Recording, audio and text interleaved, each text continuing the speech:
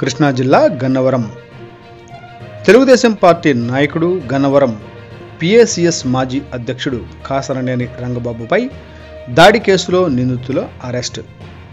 నిందితులు హైదరాబాద్ పాతబస్తీకి చెందిన వారిగా గుర్తించిన పోలీసులు దాడికి పాల్పడిన 5గురిని నిందితులను అదుపులోకి తీసుకుని గన్నవరం కోర్టు జడ్జి గారి ముందు ప్రవేశపెట్టిన గన్నవరం పోలీసులు 15 రోజులు రిమాండ్ విధించిన జడ్జి గారు 5గురు ముద్దాయిలను గన్నవరం సబ్ జైలుకు తరలించిన పోలీసులు.